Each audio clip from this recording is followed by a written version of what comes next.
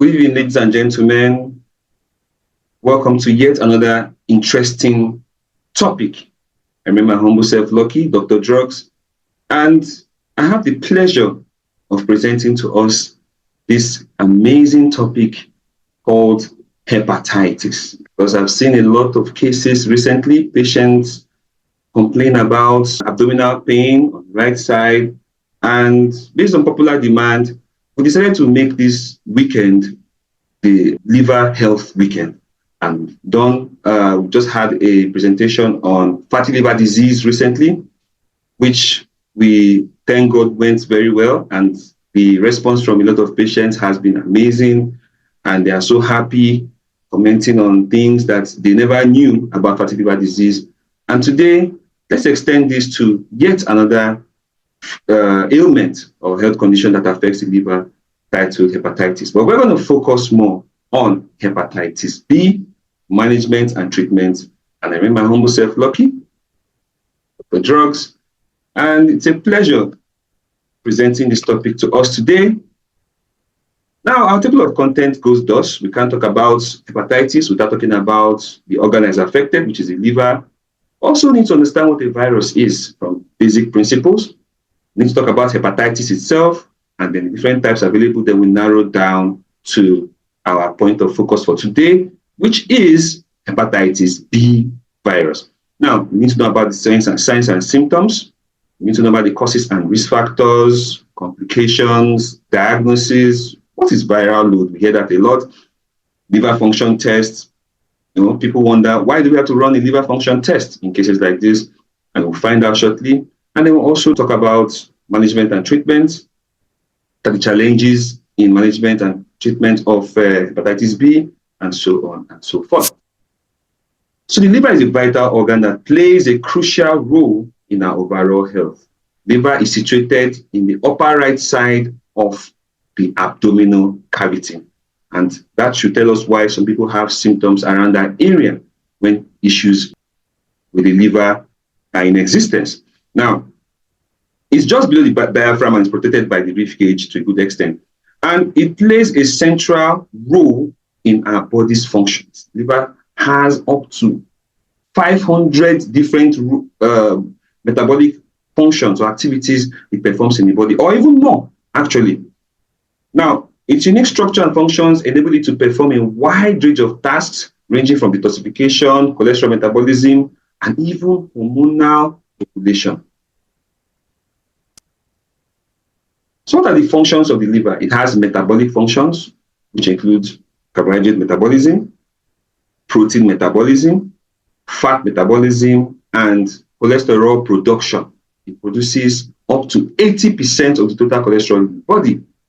Hormone regulation, as aforementioned, and also has detoxification functions by removing toxins and waste from the system. It also helps with drug metabolism. In fact, most of the drugs we take are metabolized by the liver. That's why you see drugs like paracetamol are declared liver cells assassins, because that is what they do. They destroy liver cells. And that's why you hear that you take two tablets 3 times daily for a maximum of 3 days. And if symptoms persist, of course, they'll say consult your doctor, because it's actually a very toxic medication. Then we have toxins as well that also go to that direction, where the liver has to also save our lives from a lot of issues from these toxins that come into our system from different ways, and that we inhale them, we drink them, we eat them, knowingly or unknowingly. Then we have alcohol metabolism. It also processes alcohol. It has digestive functions, and that's why when the liver has issues, you find out that the consistency and color of our fecal matter begins to change. Sometimes it looks like it's getting a clay kind of color and all that. It also has immune function, can you imagine? Then blood functions as well. It helps us to filter our blood. Blood clotting, and that's why when people have severe liver issues, you find out that they begin to bleed excessively and bruise easily. Red blood cell regulation is not left out, because the liver is what helps us to recycle red blood cells, processes the ones that are old and recycles the materials it gets from them, passes some through the bile, and gets the iron to go back to produce more red blood cells. And that's why sometimes when one is treating certain conditions, you don't have to start taking blood tonic that contains iron all the time, because it can lead to a condition called hemosiderosis, and in a more advanced situation, it can lead to hemochromatosis. That's why we discourage unnecessary intake of blood tonic that contains iron, especially in women. Once they are in their flow, they feel that they're losing blood, they start drinking, but you're already designed for that. So please try to take note of that. Then storage functions. Can you imagine that the liver stores vitamin A, D, E, K, and even B12, iron and copper? Remember that in cases of spondylosis, it is postulated that even a shortage of copper in the body can provoke or worsen or aggravate lumbar spondylosis, for instance. So you can see that liver health is even one way or the other connected to a lot of things that we may not even be able to wrap our minds around at this moment. Then other functions include energy production, cholesterol regulation, as I mentioned, and all that. Now, dysfunction or damage to the liver, as you can see, this liver here has been badly battered. And you can see that it can lead to various health issues, including liver diseases, metabolic disorders like diabetes, hyperlipidemia, and strong risk factors that work hand in hand with each other, because they are also lifestyle diseases. And as aforementioned in other lectures we've had, lifestyle diseases move together. That's one problem with them. Then digestive problems, of course, and then maintaining a healthy liver through a balanced diet, regular exercise, and minimal substance use is very, very important. So the structure of the liver is quite basic or simple. Contains hepatocytes, those are liver cells that I mentioned that paracetamol assassinates. Then bile ducts, which conduct bile from liver. Then blood vessels that go in and out, even the ones that come from our intestine that bring the food that the liver processes are also not left out. More than 500 vital functions of the liver has been identified. Some diseases and disorders may plague the liver, leading to unwanted complications. Hepatitis, what we're talking about, fatty liver disease, liver cirrhosis, liver cancer, liver failure. But the amazing thing about this wonderful organ is that it has the capacity to regenerate and rejuvenate itself, and even can regrow up to 90% of itself when damaged to that extent. That's not a wonderful organ. That's to tell you how important the liver is, and can produce up to about 1 liter of bile in a day. It's an amazing organ that has so many vital functions. But let's ask ourselves what a virus is, first of all, before we talk about what we are talking about, the main reason why we are here today. You see, a virus is a tiny infectious agent. When we were much younger, the virus was defined as something that was in between living and non-living things. That means they can be in a state of like just ordinary objects or non-living thing, and then when they're in a host environment, they turn to be living things. They're so tiny and very unique. And basically, we have a few types that include DNA viruses like the herpes, the smallpox, the cowpox, the monkeypox. We have the RNA virus like Ebola, hepatitis E and C, COVID, rabies, measles, mumps, just to mention a few, and reverse transcribing viruses like HIV and some hepatitis viruses. Now, complications include liver cirrhosis, liver cancer, liver failure, diagnosis, physical examination, and all that. The management and treatment includes rest and hydration, medication, vaccination, lifestyle modification, and of course, treatment options also include antiviral therapy. We'll talk about all this shortly. Immunosuppressive therapy for autoimmune hepatitis. Of course, at the end of the day, we'll still wrap up with natural pharmaceuticals because of their lack of side effects. They have no side effects, and they also have a very large role to play. So hepatitis is a medical condition characterized by inflammation of the liver, which can lead to damage and impaired liver function, often caused by various factors, including viral infections, which we're going to talk about soon. And we have a lot of hepatitis types, actually, and they include hepatitis A, hepatitis B, hepatitis C, D, E, alcoholic hepatitis, autoimmune hepatitis, and more. And all these are based on various ways the hepatitis presents and the kind of things that provoke or lead to the hepatitis. Now, general symptoms include fatigue, loss of appetite, nausea, vomiting, abdominal pain, dark urine, and pale stool, yellowing of the skin, because you know that there's a strong link between jaundice and liver diseases. But because of the malfunction of the liver, we have excess bilirubin in the system, and this can actually stain the eyes and make it look yellow, and also make the skin look yellow as well, or jaundice. So we have different causes, as aforementioned: viral infections, alcohol abuse, and certain medication. So this is just a wider or a better depiction of different types of hepatitis that are available. Talk about hepatitis A. Let's talk about this a little, because sometimes there's an overlap of symptoms and it may lead to some certain kind of, it may be a bit ambiguous, but if you look at it closely, you see that they have different characteristics. Like hepatitis A is caused by hepatitis A virus and is spread through contaminated food, water, including sewage and contaminated vegetables, yes, or close contact an infected person. Typically, it resolves on its own within weeks to months.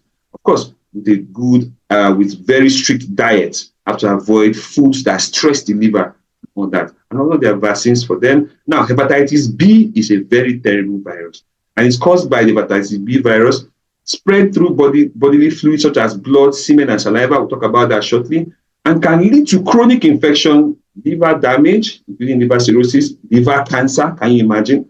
And of course, vaccines are available for prevention. Now, look at hepatitis C. It's caused by the hepatitis C virus and spread through blood-to-blood contact, such as sharing needles or receiving contaminated blood transfusions, and can lead to chronic infections, liver damage, liver cancer. There are no vaccines available, but treatment options exist. So hepatitis D is caused by hepatitis D virus, but only if it affects people that are already infected with hepatitis B virus. You see the relationship? That means one that has hepatitis B virus is prone to or is susceptible to having hepatitis D virus. You see why it's very important we look at this, and it can be spread to bodily fluids. Now you can see we also have hepatitis E, autoimmune hepatitis, and toxic hepatitis, just to sum up, just to wrap up what we're talking about before. So hepatitis B is a viral infection that inflames the liver caused by the hepatitis B virus. This is where we are coming today, and leads to damage and impaired liver function. This is what it looks like under the electron microscope.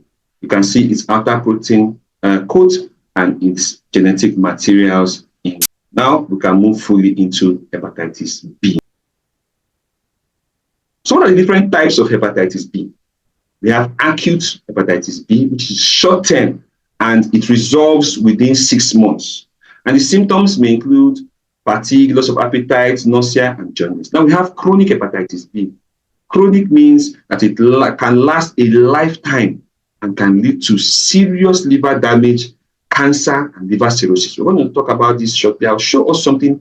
Sometimes we don't know what these things are because we cannot observe them directly. So once in a while, I try to show us a live depiction of what these things actually do to the organs that they attack. We have inactive hepatitis B, active hepatitis B, that is B, E antigen positive. This tells us about a subtype of chronic hepatitis B, where the HBeAg protein is present and indicates what? Active viral replication. We'll talk about this later when we're going to talk about tests for or diagnosis of hepatitis B and all that. So that the signs and symptoms. For acute hepatitis B, we have fatigue, loss of appetite, nausea, vomiting, abdominal pain, and all that. For chronic hepatitis B, you can see that there's confusion and altered mental state. The person begins to act as if he or she is insane. Weight loss, loss of interest in entanglement, swollen and tender liver, that is hepatomegaly, amongst others. Then we also have fulminant or rapidly deteriorating hepatitis B. Terrible, terrible, terrible condition where there's severe vomiting, diarrhea, abdominal pain, and a lot more. So we can actually look at this or screenshot it and see and go through them later. And just bear in mind that whenever one is having such symptoms, please consult your trained health practitioner immediately, because this is a very terrible condition. You can see a virus is even sick here. I wonder what it's even looking at. So that the causes and risk factors. Beautiful. Hepatitis B is caused by the hepatitis B virus, which is spread through contact with infected bodily fluids like blood, semen, entanglement, arenal fluids, saliva in some cases, and then mother-to-child transmission also is possible.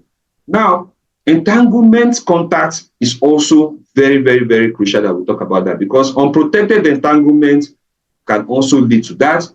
Entanglement workers, we have multiple entanglement partners, men who have entanglement with other men, also known as the homosexuals, is also a very strong risk factor, as they have a higher risk than other issues, about 1.5 to 10% of population, which is higher than the regular population or regular other humans. Then we have HIV infection, also a very strong risk factor, and a history of sexually transmitted infections. Imagine something like syphilis that exposes the skin with its characteristic chancre, the shiny top, and imagine hepatitis B virus balancing there with its friends. Of course, you know that accommodation is already ready. That makes it easier. Sharing of needles and syringes, of course, obviously is a very bad idea and it's a strong risk factor. Patients sometimes get accidental needle stick injuries, and that's why it's very important that one does not rush on or is inexperienced when handling cases like this. Then sharing of personal items as well, like toothbrushes, can you imagine, razors, nail clippers. These are things that can help to transmit this virus.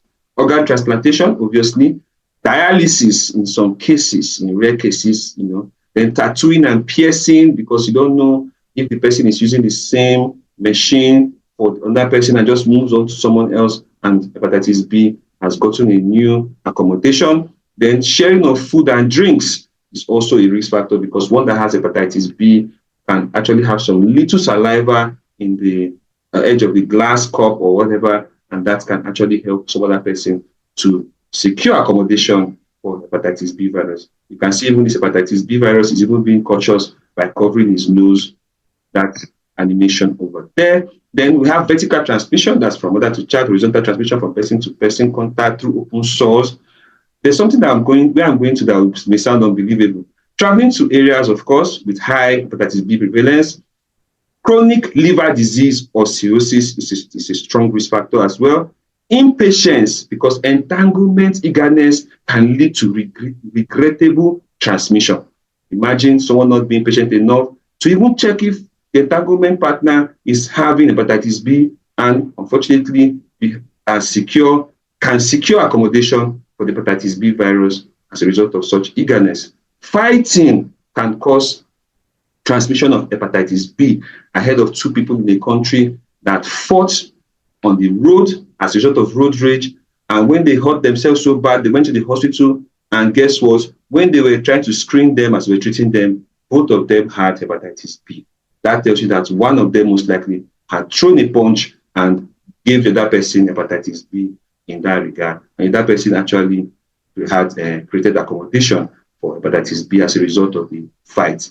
Now, contaminated medical equipment, blood transfusions as well, also risk factors. When there's poor screening or screening equipment available, like in developing countries. I'm talking about developed countries there, because they have a lot of equipment. But developing countries is also a very strong risk factor amongst others.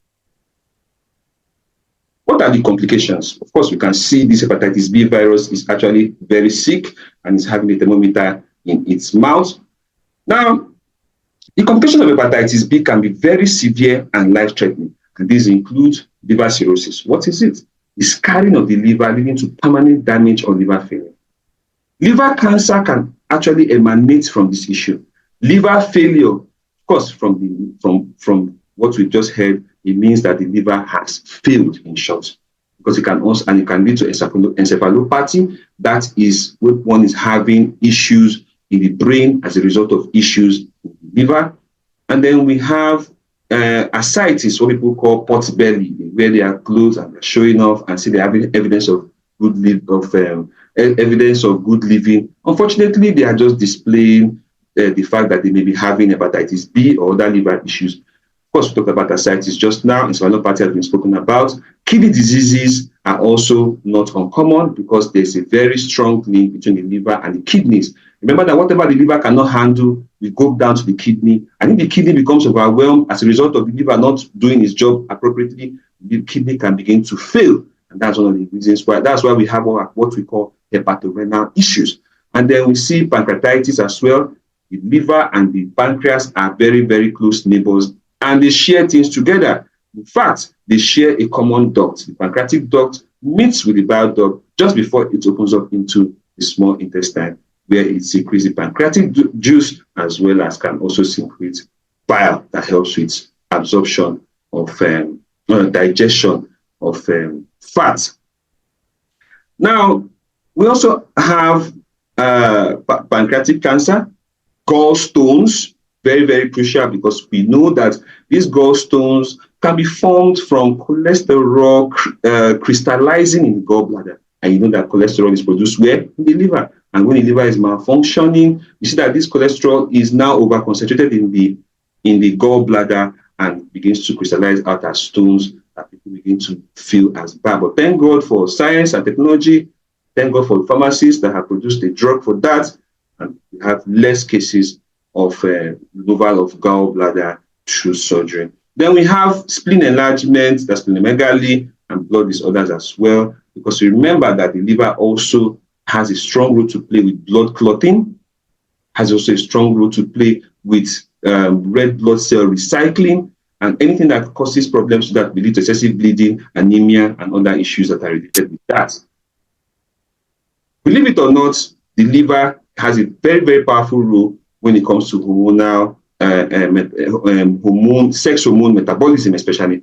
And you can see that even the thyroid hormone and others are also not left out. Then osteoporosis.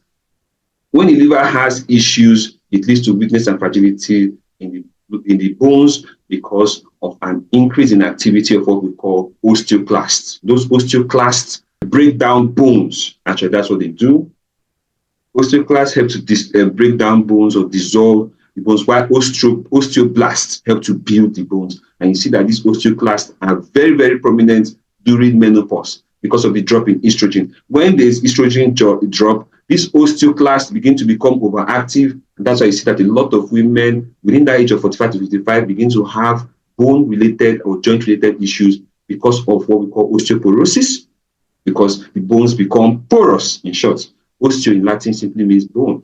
So you can see that it's very, very important that women, especially around the menopausal area, perimenopausal or postmenopausal women, have to make sure their liver is in top condition.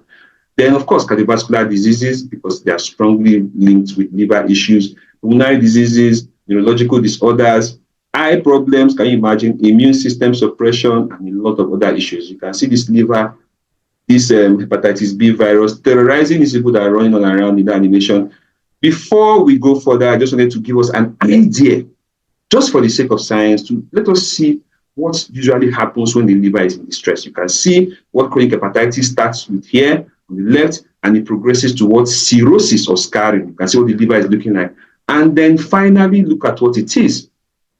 It has led to cancer, see, with cirrhosis. And that is why people are actually encouraged to take care of their liver, because Africans or most people are not usually scared of what they don't observe. But this is what we meet sometimes when patients come to the hospital. And you can see that it's not really a good sight at all. Yes, so how do we diagnose hepatitis B? Very, very important. You see, you can, of course, physical examination. You need to check. Sometimes you see, you have to palpate, press this side, and all that. And you, by observing the patient, you may even notice whether there's a bulge or something. That those physical examinations. We have medical history. We have to assess risk factors, symptoms and exposure to the virus as well. Then we have the most important of them all, which is the serological or laboratory test.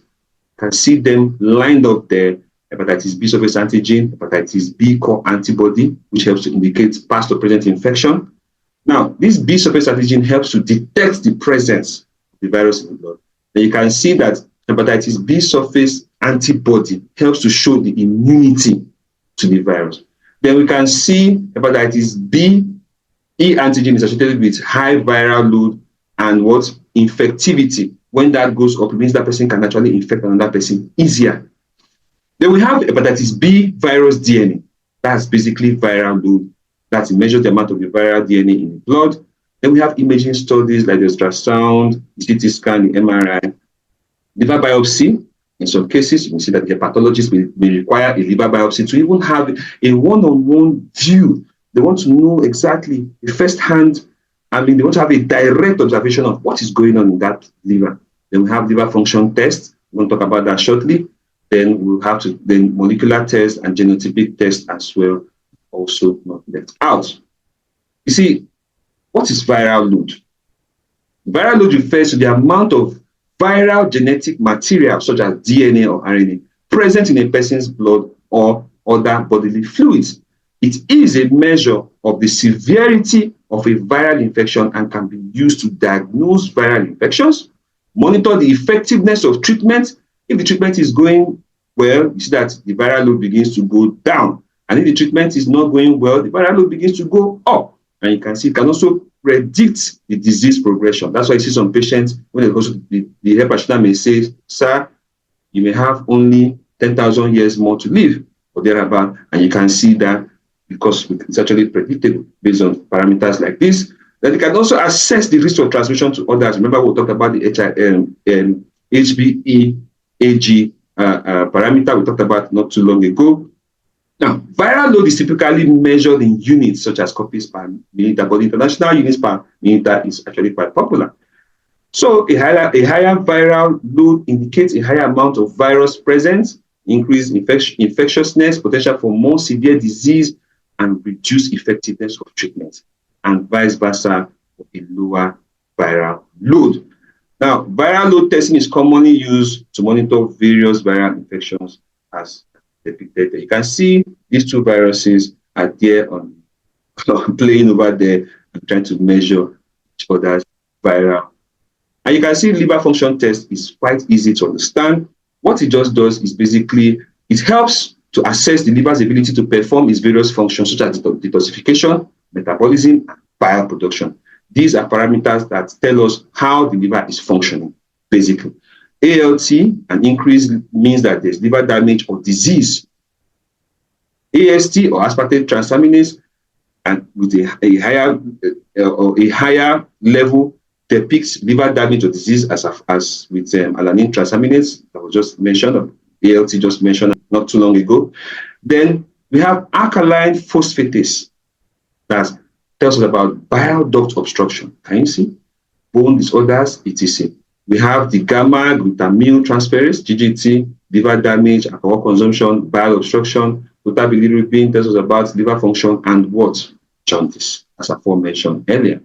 Then you can see that we have prothrombin time that tells us whether the blood, how fast the blood is clotting or how slowly the blood is clotting relative to what it's supposed to be. Remember, we talked about the liver being playing a very, very important role with regards to blood clot. Okay, prevention. That's a very happy virus. I wonder why that virus is so happy that it's being washed. Or is it screaming for help? Now, vaccination is also very, very important because it's the most effective way to prevent hepatitis B. Of course, safe entanglement practices. Using condoms and dental dams can reduce the risk of transmission through entanglement contact. We have to, of course, avoid homosexuality because it's risky and morally and scientifically illogical. Doesn't make any sense. Avoid sharing needles. Sharing needles or syringes can transmit hepatitis B, so avoid sharing them and use sterile. Avoid sharing personal care items. That's easy to understand because this can help to transmit it. Proper hygiene, as you can see the young man over there washing his hand, and the hepatitis B virus is screaming for help, obviously, as it's going to be washed off soon. Proper disposal of sharps and avoid sharing food and drinks, avoid close contact with people that have the problem, and get tested. You can see the way this man is running for his life from the viruses because he doesn't want to be in contact or get infected by hepatitis B virus over there. Of course, proper storage of medication, avoid tattooing or piercing. They are not really necessary, though sometimes people find them quite attractive. Avoid sharing cosmetic products like lipstick. Somebody that has hepatitis B will finish licking her lips, and then she applies makeup and says, your lips are chapped. You have this, and the person will have the lip gloss or whatever, and the person has finally secured accommodation for hepatitis B. Educational awareness, of course, is also very important, but bear in mind that prevention is better than early detection. So this is how we manage and or treat hepatitis. So, management and treatment of hepatitis B typically involves a combination of antiviral medications, natural pharmaceuticals, and lifestyle modifications, as well as regular monitoring to prevent what? Complications. So early detection and treatment significantly improves outcome and quality of life. The goal of treatment is to suppress, kill, and subdue the virus into what? Remission. Reduce liver inflammation, manage symptoms, and prevent complications. And we can achieve this through use of chemical drugs to kill the virus as much as possible, boost immunity. Lifestyle modifications, which also include avoiding alcohol, smoking, and other bad habits, and other risk factors that were mentioned before, and the use of natural pharmaceuticals in the management of hepatitis B. Please, let's note that it is possible to be completely free from hepatitis B virus, but it depends on several factors. So, as you can see, this virus is running for his life as the syringe is busy chasing him to eliminate it. So you can see that antiviral medications also are important, immune boosters, that's if we're talking more specifically. Treatment duration is also very important. Monitoring is important. Lifestyle modifications, palliative care, that's management of symptoms. Liver transplantation is considered for advanced liver disease or cancer, as you saw in the picture before. Then we have the use of natural pharmaceuticals, which supports treatments and have no side effects. I always talk about this because it's less spoken about. Beautiful. So this is about prevention. We talk about maintaining a healthy weight, eating a balanced diet, for instance, Mediterranean diet. Exercising regularly is important. Manage blood sugar levels. Management of blood sugar levels is also important. Lower triglyceride levels is also very important. Limit alcohol consumption, manage stress, get enough sleep, and all that. But let's just quickly look at what the way we should eat in order to have a very healthy and secure liver.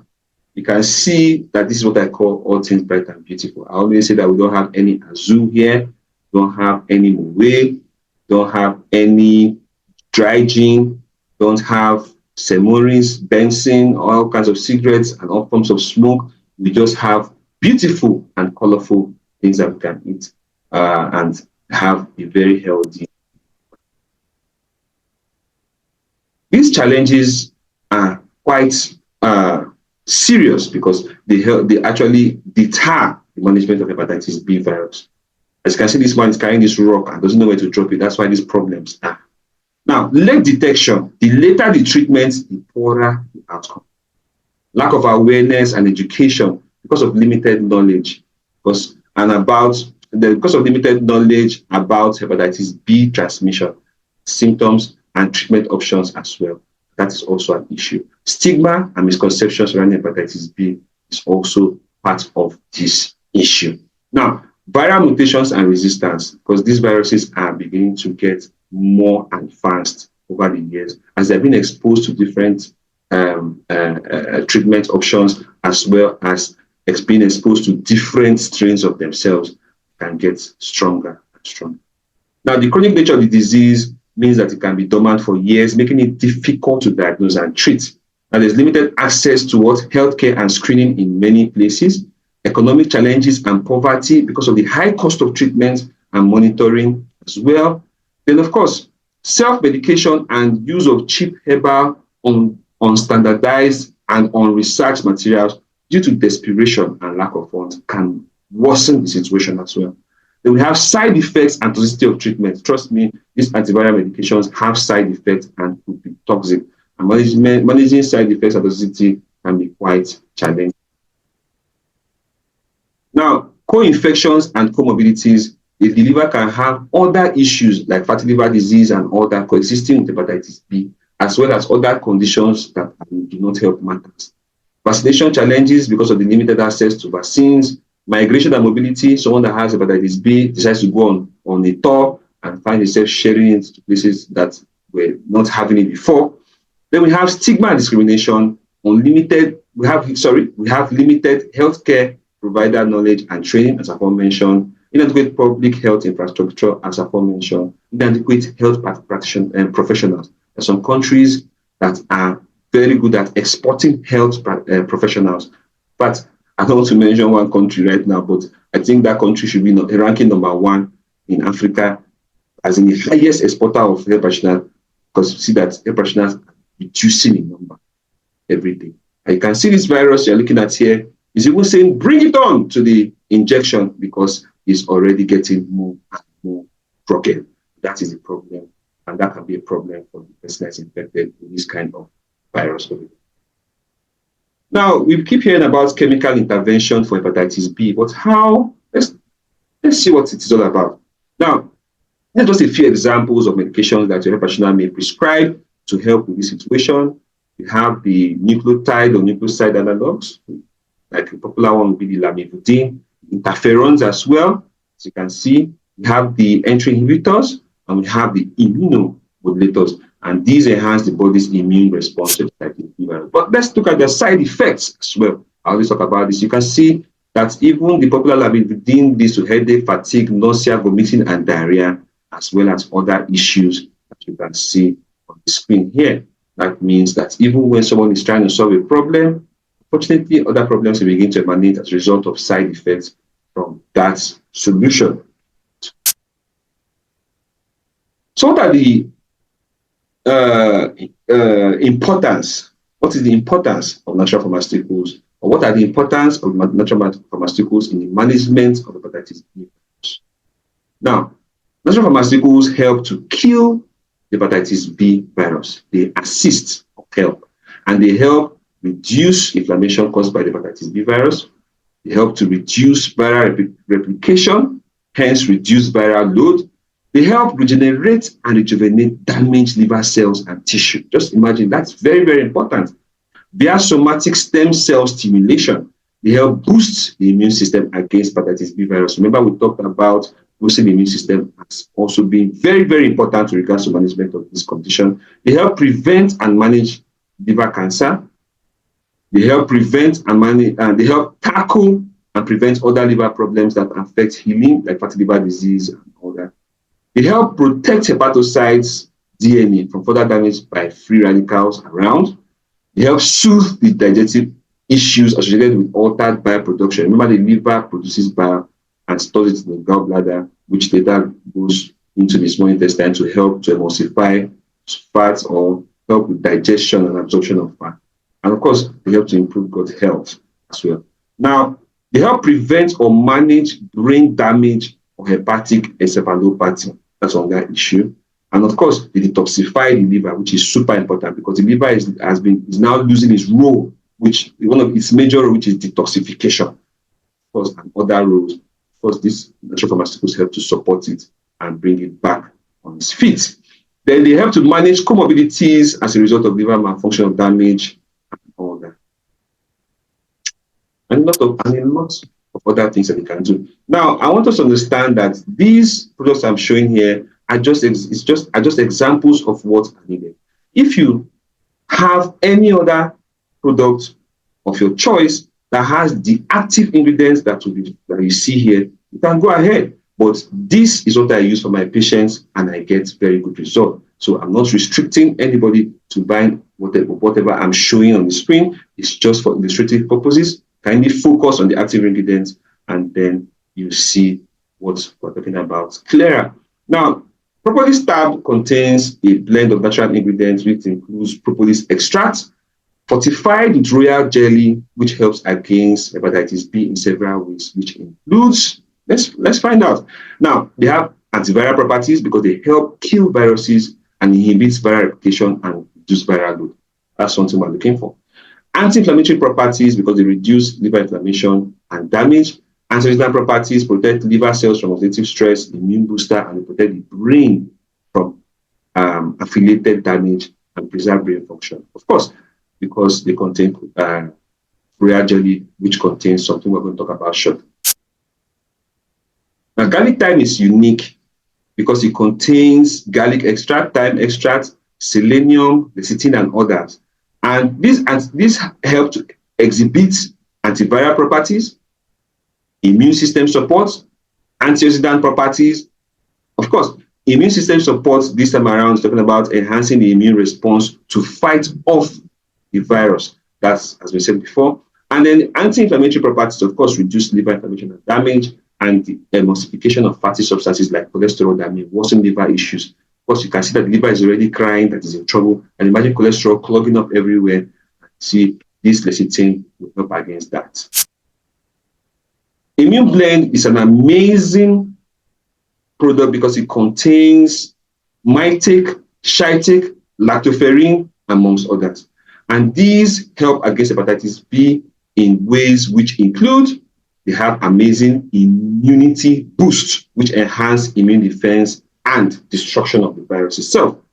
And the antiviral properties are not left out, antioxidant properties as well. Then they have immune system support because they enhance immune response or stimulation to fight off the virus.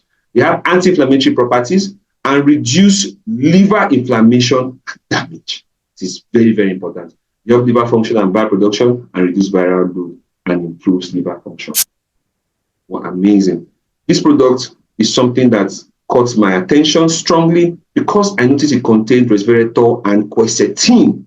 And coenzyme Q10 is not even left out. Even the lutein and zeaxanthin that helps against age-related macular degeneration in eye issues, as we discussed when we're talking about digital eye health. You can see it's also here, but this time around is playing an antioxidant role. The hesperidine we find in the Daflon patients use when they have pile or hemorrhoids because it comes as hesperidine and diosmin, which are extract from the orange peel. You can see it's also present here. That's to tell you that we really, really have very powerful vasotonic effects and anti-inflammatory effects. Now, how do these help against hepatitis B? I have to write out what each and every one does mostly, and that's how you see resveratrol inhibits HBV replication and reduces viral load. Quercetin inhibits HBV replication and enhances the immune system. HBV, of course, we know is hepatitis B virus. Then the aloe vera there inhibits hepatitis B virus replication and anti-inflammatory effects. Rutin, hesperidine, alpha-lipoic acid, coenzyme Q10, which is an amazing compound that helps to regenerate and rejuvenate the heart, the lungs, the liver, and kidneys. Remember that sometimes when the liver is having issues, the kidney begins to suffer, and that means this is also very important in such cases. And lycopene is not left out as well.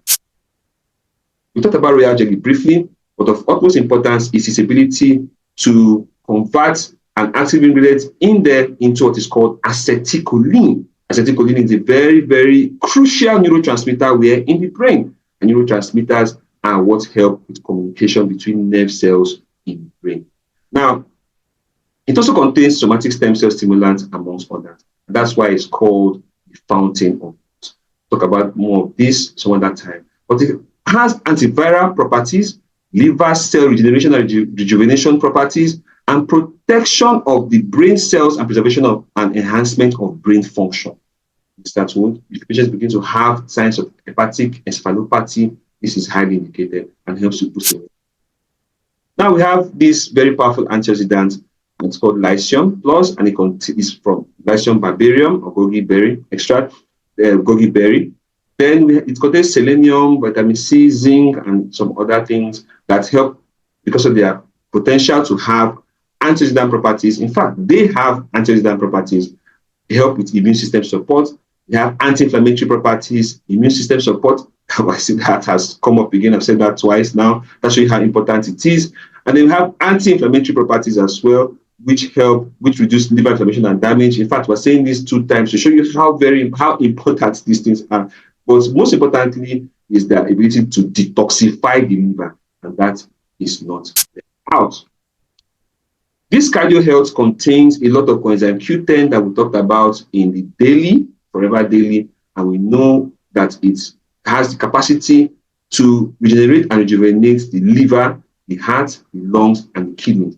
And of course, L-carnitine is not left out, as well as its Hawthornberry extract, olive extract, magnesium, and a lot of other things that help to give it these qualities like antioxidant properties, energy production support, because Q10 helps the liver cells to function properly because of the mitochondrial functional support it gives. The mitochondria is the powerhouse of the cell. So this energy support comes via the ability of coenzyme Q10 to help the liver cells to function properly by optimizing cell mitochondria or powerhouse activity.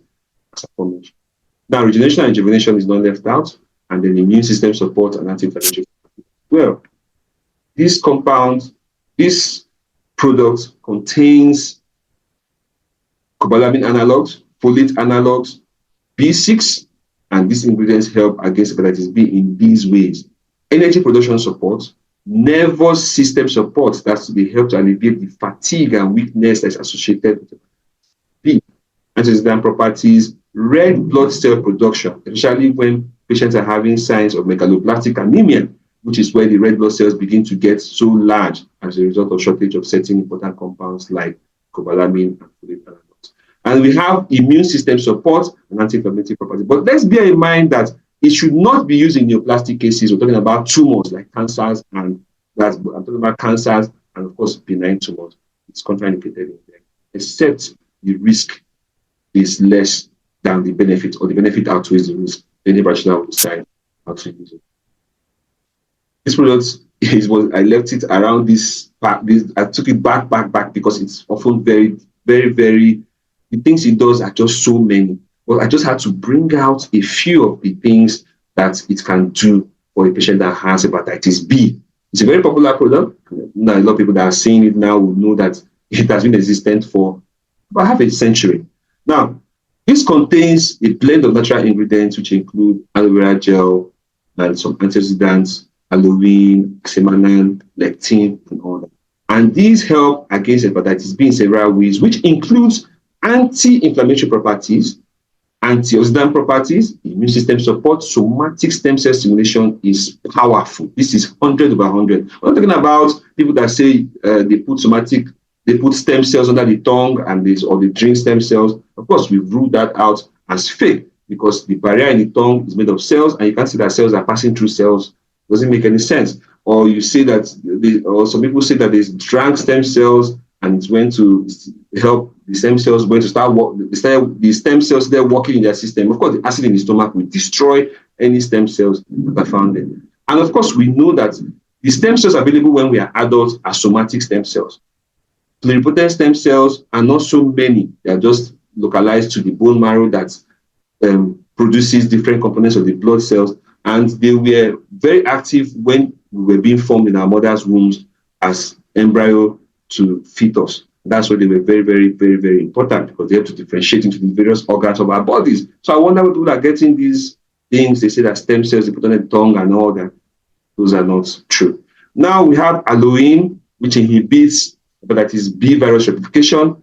Aloe which inhibits hepatitis B virus replication and induces apoptosis of infected cells. That it induces the death of the cells that are affected so that they don't cause more problem. That's amazing. We have lectins that inhibits hepatitis B virus attachment and entry. Isn't that amazing? That's why this product is inevitable for patients that are having hepatitis B virus, maybe other viruses as well. One cannot be having hepatitis B virus and be obese because of the risk of having fatty liver disease as well. And this product you're looking at here is a 9 days weight loss and detoxification program designed to reduce caloric intake and increase caloric expenditure systematically via the use of low caloric diet plan, exercise, autophagy. Autophagy is very, very important because it gives the liver some time to heal itself and convert unwanted materials to wanted materials. Example of unwanted materials the liver can convert to wanted materials are the scars that are found in cirrhosis, scarring. And you can see that they also contain natural pharmaceuticals. Just to mention a few, we have Garcinia Plus, which has an active ingredient called hydroxycitric acid that helps to prevent conversion or the absorption of carbohydrates, and hence its conversion into fatty substances like cholesterol and all that. And of course, we have THEM, which is thermogenic, contains thermogenic compounds that help to burn off these fats and convert these fats to energy. And of course, we have the aloe vera gel we talked about and a lot of other things. Now, it systematically includes intermittent appropriate fasting that helps detoxify the liver via autophagy, as aforementioned. And generally, it helps against lifestyle diseases that may coexist with hepatitis B virus. Then detoxify the liver. The liver is already losing its capacity to detoxify, to carry out its detoxification function. This will also help it. Then, of course, to ensure weight loss without damage to liver tissue. I'm talking about malnourishment here. A lot of people do not understand what is the difference between professional weight management and malnutrition. So people starve themselves, and as they're losing weight, they don't know that they're causing more problems because their cells are becoming more shriveled and DNA function is being lost, and they're creating problems by starvation. Professional weight management can help to remove fat from the system while maintaining cell health. That is very, very, very important. And we see that from the definition of obesity, obesity is defined as excessive detrimental accumulation of body fat. So as you're removing body fat from the equation, then you're actually doing that professionally, and you will see that the cells will remain healthy. Now we have, and of course, I just mentioned that it removes fat from from liver cells that can cause more inflammation and more issues and a lot more. So you can see that before I leave you, I want to remind us that you are what you consume, and there is a constant battle between factors that repair and protect our bodies and those that break it down. We just have to be what? On the winning side.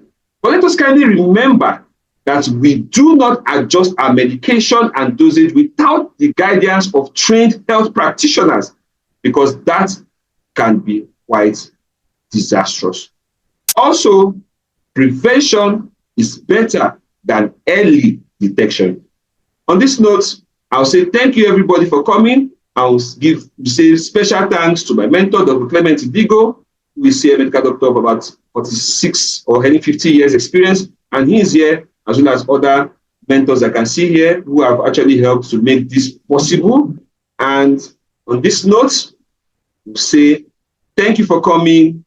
From me, Dr. Drugs, I'll say good night and God bless. Bye.